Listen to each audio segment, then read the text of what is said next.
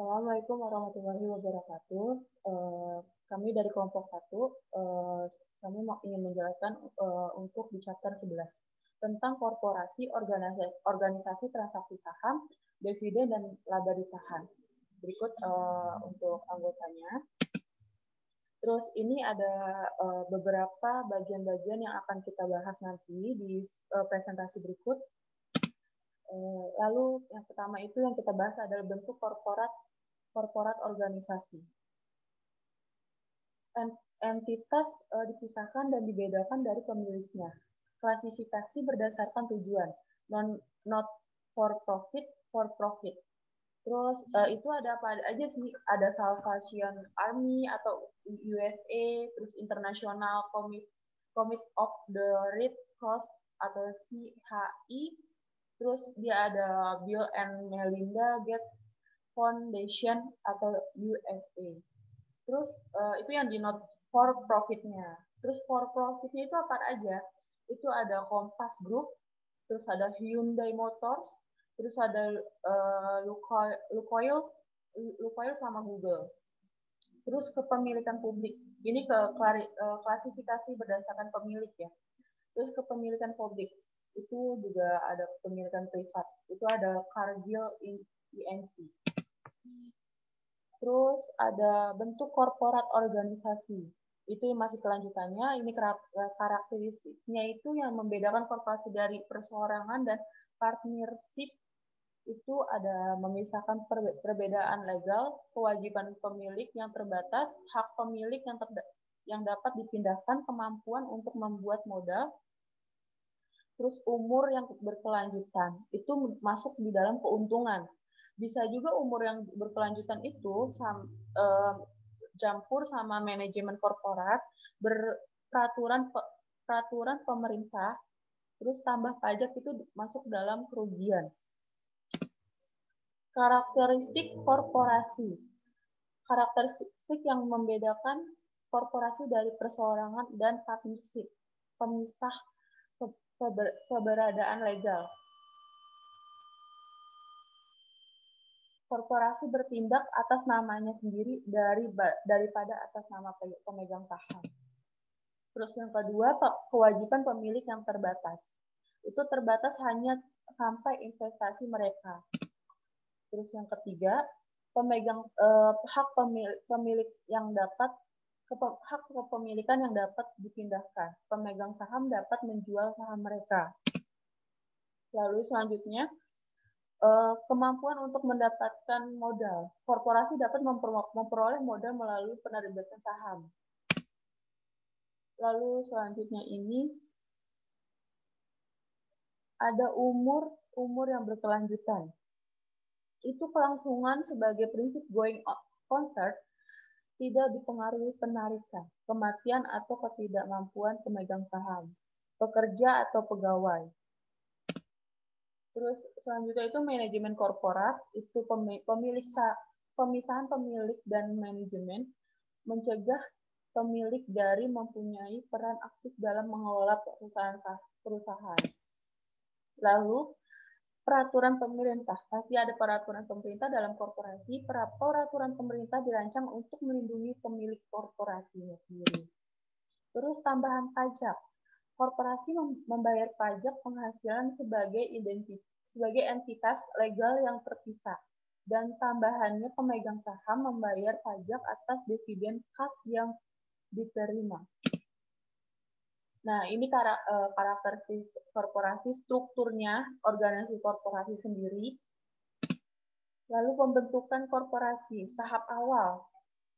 Pertama itu mengisi aplikasi pada instansi pemerintah atau pengesahan legal secara hukum, di mana perusahaan yang diinginkan. Terus yang kedua, pemerintah memberikan sertifikat atau akta atau charter. Terus yang ketiga, korporasi dibentuk berdasarkan hukum. Perusahaan menjadi badan hukum di negara di mana undang-undang menguntungkan bentuk korporasi bisnis. Korporasi membebankan biaya organisasi sesuai yang terjadi.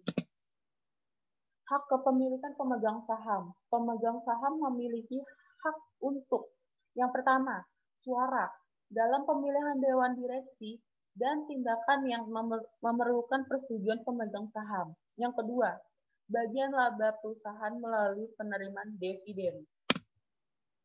Lalu yang ketiga, memiliki presentasi kepemilikan yang sama saat saham baru diterbitkan atau hak pencegahan atau preemptive right. Berikut gambarnya, ilustrasinya. Terus yang keempat, bagian dalam aset saat likuidasi proporsional dengan kepemilikan mereka. Ini disebut residual claim. Ini dari perusahaan, terus kreditor, terus habis itu langsung pemegang saham. Bentukannya kayak gini. Lalu ini ilustrasinya kayak begini bentukannya. Share sertifikatnya. Lalu pertimbangan penerbitan saham. Saham yang diotorisasi, yang pertama, akta mengindikasikan jumlah saham yang perusahaan sahkan untuk dijual. Jumlah saham, yang kedua, jumlah saham yang ditetapkan diotorisasi untuk dijual sering dilaporkan di bagian ekuitas. Lalu pertimbangan penerbitan saham. Penerbitan saham, korporasi dapat menerbitkan saham secara langsung ke investor atau secara tidak langsung melalui perusahaan perbankan, investasi. Faktor dalam penentuan harga untuk saham baru yang diterbitkan, yang pertama itu laba masa depan yang diantisipasi perusahaan. Yang kedua, tarif dividen per saham yang diperkirakan. Terus yang ketiga, posisi keuangan saat ini. Terus yang keempat itu kondisi perekonomian negara saat ini. Yang kelima itu kondisi pasar modal saat ini. Modal negara saat ini. Berarti itu harus harus dipantau terus kondisi semuanya, perekonomian negara sama pasar modal negara. Terus ini ada nilai pasar saham. Saham milik perusahaan yang dipublikasikan diperdagangkan pada bursa yang terorganisir. Terus yang kedua, interaksi antara pembeli dan penjual menentukan harga per saham. Yang ketiga, harga yang ditentukan pasar cenderung mengikuti tren laba dan dividen perusahaan. Yang keempat, faktor di belakang pengendalian perusahaan dapat menyebabkan fluktuasi harian di harga pasar. Saham dengan nilai normal dan tanpa nilai normal. Itu beberapa tahun lalu nilai nominal menentukan modal legal per saham yang harus perusahaan pertahankan dalam usaha untuk melindungi kreditor korporat. Yang kedua, saat ini banyak pemerintahan tidak membutuhkan nilai nominal. Lalu yang ketiga, saham tanpa nilai nominal mulai umum sekarang. Yang keempat, yang terakhir itu di banyak negara dewan direksi menentukan saham dengan nilai nominal menjadi tanpa nilai nominal. Berikut model korporat bentuk ilustrasinya.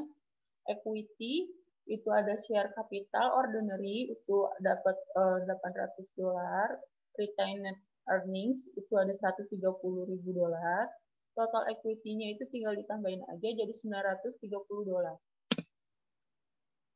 Perbandingan akun ekuitas untuk perseorangan dan korporasi. Ini perseorangannya itu kayak gini, jadi tinggal able capitalsnya aja. Kalau korporasi share capital sama returning earnings.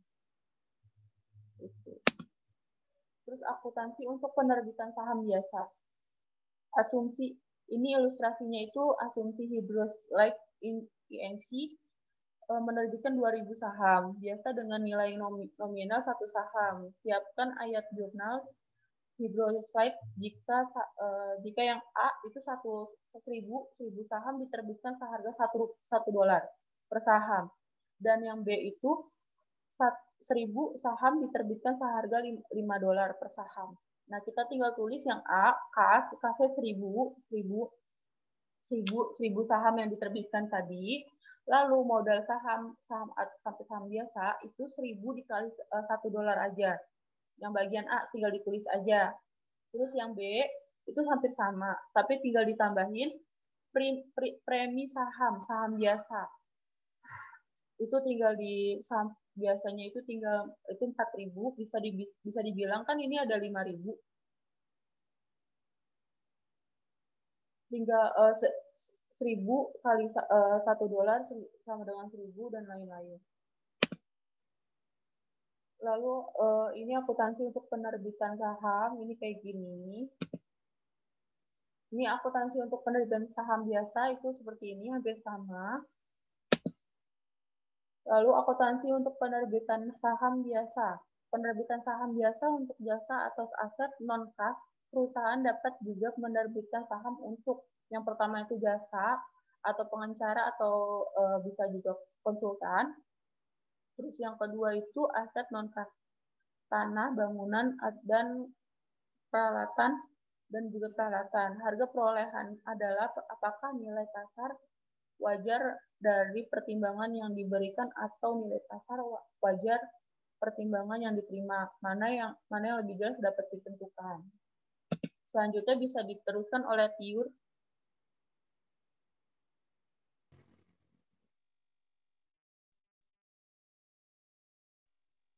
Ya, selanjutnya ada akuntansi untuk pentingnya dari ilustrasinya.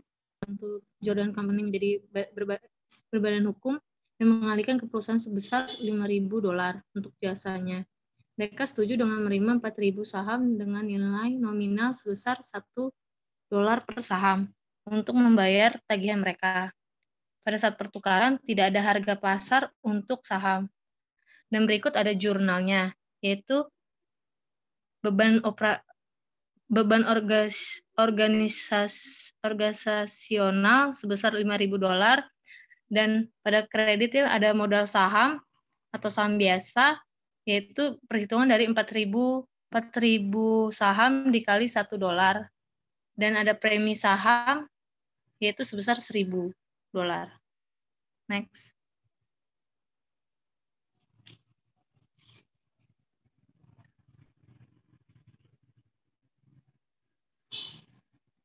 Berikut juga ada akuntansi untuk penerbitan saham sama seperti tadi, yaitu ada ilustrasinya untuk perusahaan Athletic Research aktif memperdagangkan saham nominal sebesar $5 dengan harga sebesar $8 per saham. Perusahaan menerbitkan 10.000 saham untuk mendapatkan tanah diiklankan untuk dijual seharga $90.000.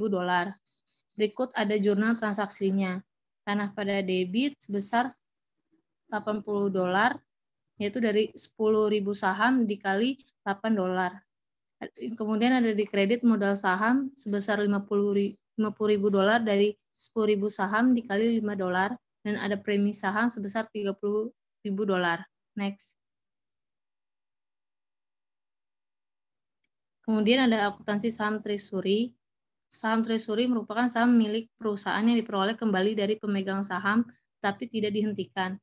Perusahaan membeli saham beredar mereka untuk yang pertama ada menerbitkan kembali saham ke pegawai dan pekerja sebagai bonus dan rencana kompensasi saham. Yang kedua ada meningkatkan nilai pasar saham. Yang ketiga ada memiliki tambahan saham yang tersedia untuk digunakan dalam mengakuisisi perusahaan lain. Yang keempat ada meningkatkan earning per share. Dan yang kelima ada mengeliminasi investor perusahaan yang tidak puas mungkin untuk menghindari pengambilan alih perusahaan. Next. Kemudian ada akuntansi saham treasury, yaitu pembelian saham treasury. Yang pertama ada debit saham treasury pada harga yang dibayarkan untuk mendapatkan kembali saham. Yang kedua ada saham treasury adalah akun kontra dari akun ekuitas. Yang ketiga ada mengurangi ekuitas. Next. Berikut ada akuntansi saham treasury, yaitu statementnya ada equity dari ordinary share $5 per value dan 100.000 saham. yaitu ada retaining earning sebesar $200.000. Ya, totalnya pada equity-nya sebesar $700. Ilustrasinya jurnalnya ada saham treasury pada debit yaitu 4.000 saham dikali $8.000 sebesar 32.000 dan kas pada kredit sebesar 32.000. Berikut ada akuntansi saham treasury. Bagian ekuitas dengan saham treasury, statementnya seperti ini. Ada equity, share capital ordinary, retaining earning, dan dikurangi treasury share. Lalu total equity-nya sebesar $668.000.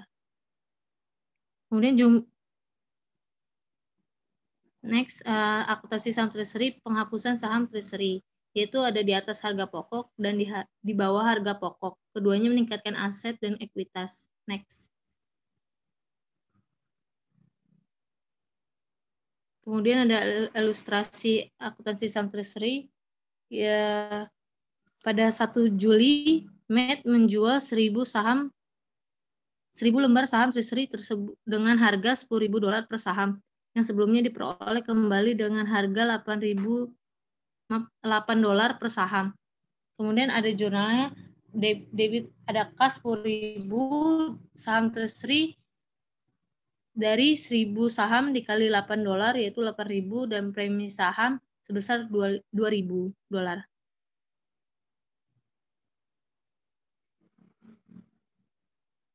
Berikut juga ada ilustrasi akuntansi saham treasury. Pada 1 Februari, Matt membeli kembali 4.000 sahamnya dengan harga $8 per saham.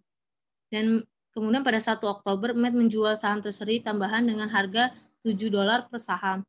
Berikut jurnalnya, debit ada kas 5.600, premi saham sebesar 800, dan kredit treasury saham sebesar 6.400.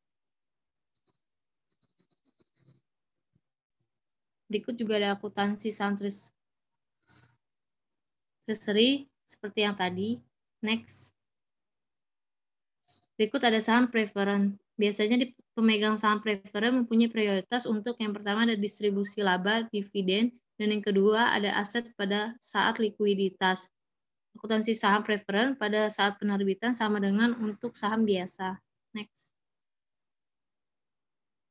Berikut ada contoh ilustrasi untuk saham preferen, yaitu Seed Corporation menerbitkan 10.000 saham preferen dengan nominal $10 per saham sebesar kas $12 per saham. Berikut ada jurnalnya, yaitu kas pada debit sebesar $120.000 dan modal saham sebesar $100.000 dari 10.000 saham dikali $10. Dan ada premi saham sebesar $20.000. Saham preferen dapat memiliki atau tidak memiliki nilai nominal. Berikut ada saham preferen, yaitu dari dividen preferen. Hak merupakan penerima dividen sebelum pemegang saham biasa.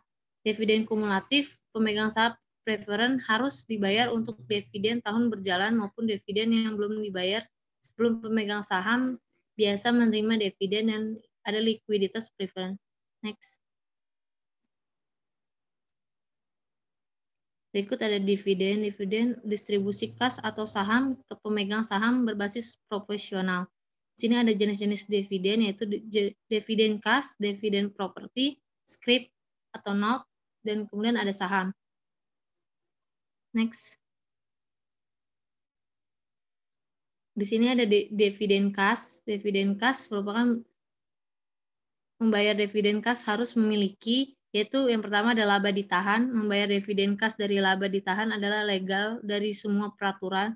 Yang kedua adalah kas yang mencukupi. Yang ketiga adalah pengumuman dividen oleh Dewan Direksi. Next.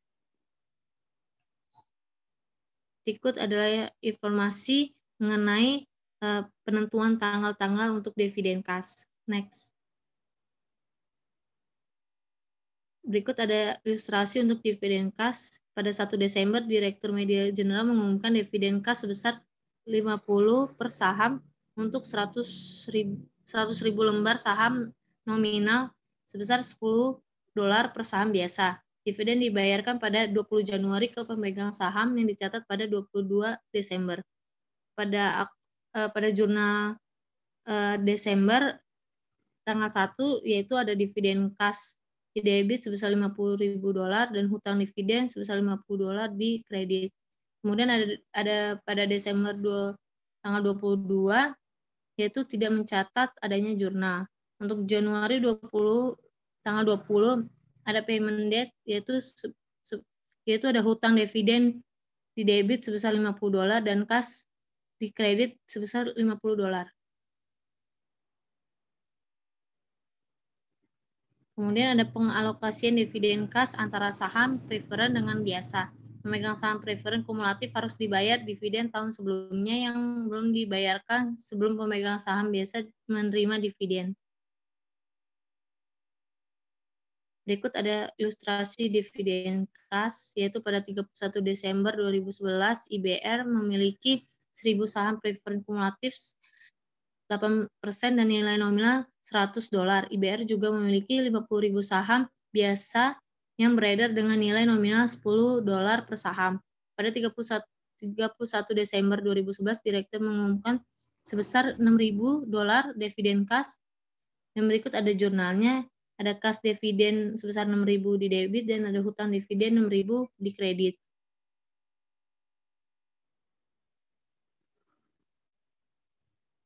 Berikut ada ilustrasi dividen kas pada 31 Desember 2002, IBR mengumumkan dividen kas sebesar $50.000 dan mengalokasikan dividen untuk kelas saham.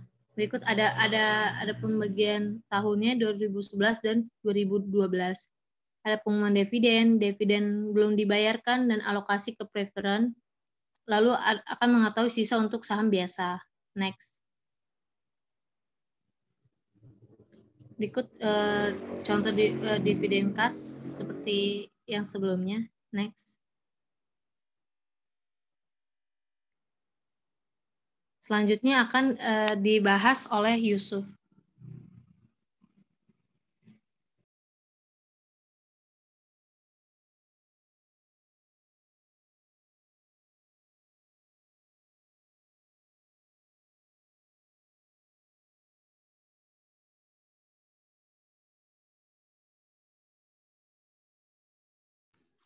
Dividen saham.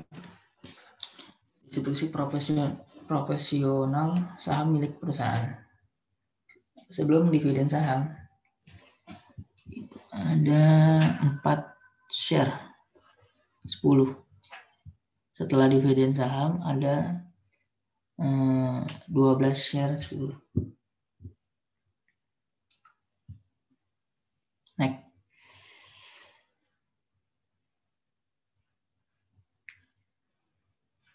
Dividen saham. Alasan mengapa perusahaan menerbitkan dividen saham. 1. Untuk memenuhi dividen yang diharapkan pemegang saham tanpa perlu mengeluarkan kas. Yang kedua, untuk meningkatkan kemampuan memasarkan saham perusahaan. Yang ketiga, untuk menekan bahwa bagian ekuitas pemegang saham telah secara permanen diinvestasikan kembali dalam bisnis.